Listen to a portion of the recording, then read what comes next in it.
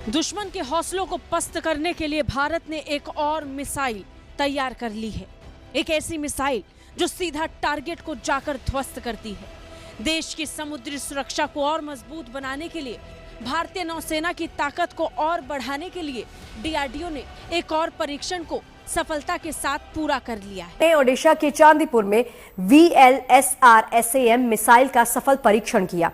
VLSRSAM यानी short range surface to air missile. इस मिसाइल का परीक्षण पूरी तरह सफल रहा है। जो इस वक्त हिंदुस्तान के पास है, उसमें जो अहमियत की बात है वो ये है कि ये सिस्टम जो है आपको एक चैलेंज प्रोवाइड करते हैं कि जहां जाहिर है आपको सोचना पड़ता है कि जी कितने हथियार किस जगह, और आपकी जो सर्वाइवेबिलिटी और आपकी जो penetration ability to penetrate enemy defences है।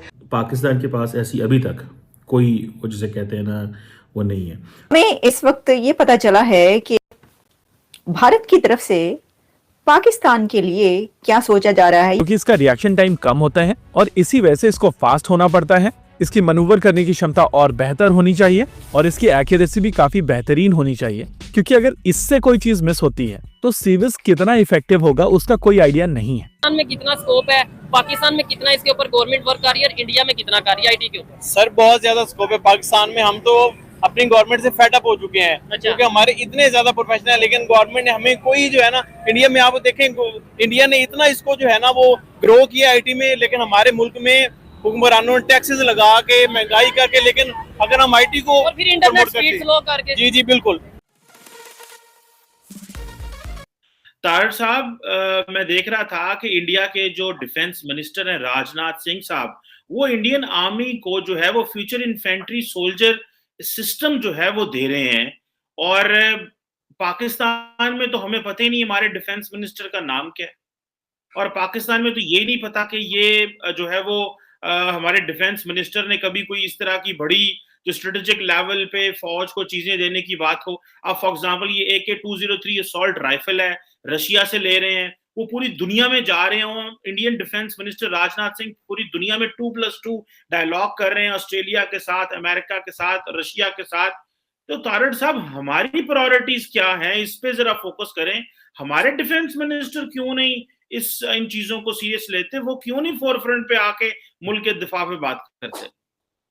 चीमा साहब, यही तो एक अलमिया मैं डिस्कस करना चाह रहा था कि हमारी आज से 2 साल पहले जो सबसे ज्यादा पॉपुलर चीज थी रहीम शाह की टिकटॉक चीजें और इस तरह की चीजें मशहूर थी, और वो चैलेंज करती थी कि सारी कैबिनेट जो है 2 साल पहले उन सब की वीडियोस में उनकी जान, सारी कैबिनेट की जान जो है मेरे मोबाइल फोन के अंदर है। आज हम कहाँ खड़े हैं?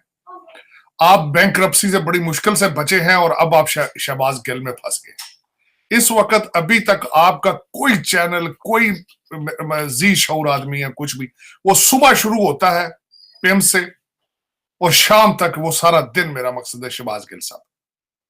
मेरा बैंकरप्सी, आपकी बैंकरप्सी, आपके लल्ले तरल्ले, आपकी खवातीन, आपकी चीजें इस तरह की, और उसके बाद जो आप बात कर रहे हैं, आज मेरे नजर से ये बड़ी एक खबर गुजरी, एक article, future infantry soldier defence system.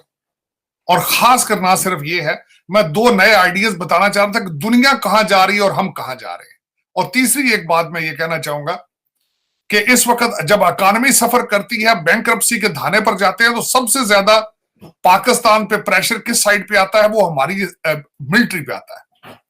आपका डिफेंस सबसे पहले टारगेट होता है।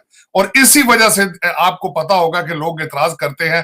खान साहब ने जब बारी बारी करके आपके सारे फॉरेन रिलेशन खत्म कराए, आपके सऊदी अरेबिया के साथ, टर्की के साथ, इंडोनेशिया के साथ, चाइना के साथ, तो उसके बाद फौरन उसको रिकवर कौन करता था? बाजवा साहब उसको कवर करते थे। उसकी वजह यह है कि अल्टीमेटली जो हमारी एस्टेब्लिशमेंट है, हमारी सर्विसेज जो है, आर्म्ड सर्विसेज, वो सबसे पहले निशाने पे होती हैं।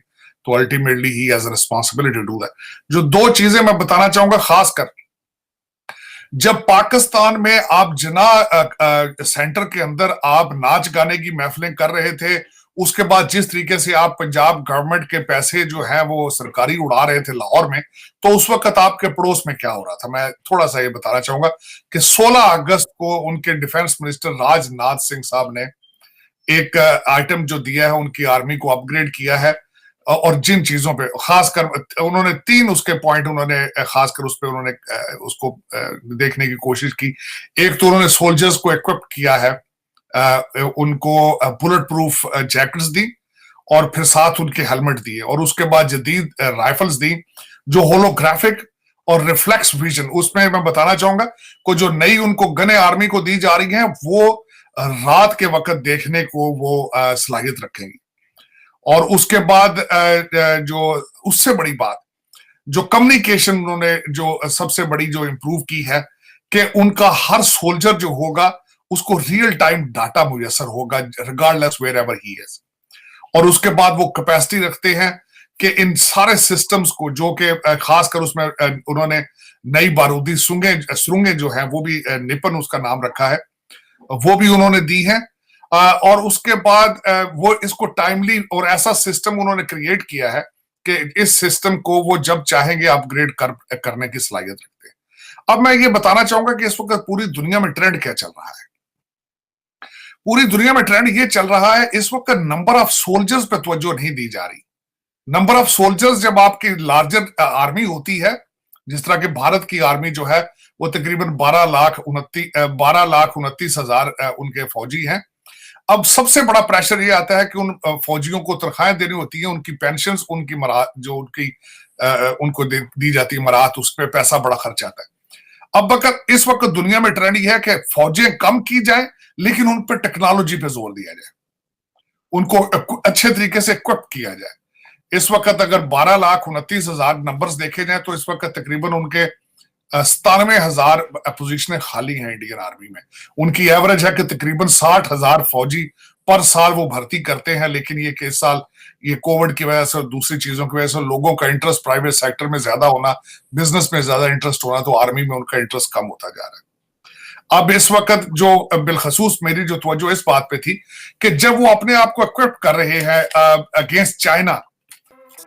जय हिंद दोस्तों, आपका फास्ट नॉलेज फैक्ट में स्वागत है। देश की समुद्री सुरक्षा और मजबूत करने के लिए बुधवार को रक्षा अनुसंधान एवं विकास संगठन यानी कि DRDO और भारतीय नौसेना ने स्वदेशी रूप से विकसित vertical launch short range surface to air missile का परीक्षण किया। उड़ीसा के चांदीपुर स्थित एकत्रित पथरीन रेंज से लगभग 12 बजे इसका परीक्षण किया है। रक्षा मंत्रालय ने इस पर सफल परीक्षण का वीडियो भी साझा किया है। VLSR ICM का मिसाइल खासियत यह है कि यह रडार में नहीं आती है। इसके साथ ही यह वर्टिकल लॉन्च से बहुत नजदीक रेंज और कम ऊंचाई पर एक उच्च गति वाले हवाई लक्ष्य के विरुद्ध किया गया है। इसने मिसाइल प्रणाली की निकट सीमा पर कम ऊंचाई क्षमता को स्थापित किया है। DRDO और इंडियन नेवी ने पिछले साल सितंबर में भी ऐसा ही एक परीक्षण किया था और इस मिसाइल की क्षमता 30 किलोमीटर के आसपास बताई जा रही है और यह मिसाइल धरती से हवा में अटैक करती है।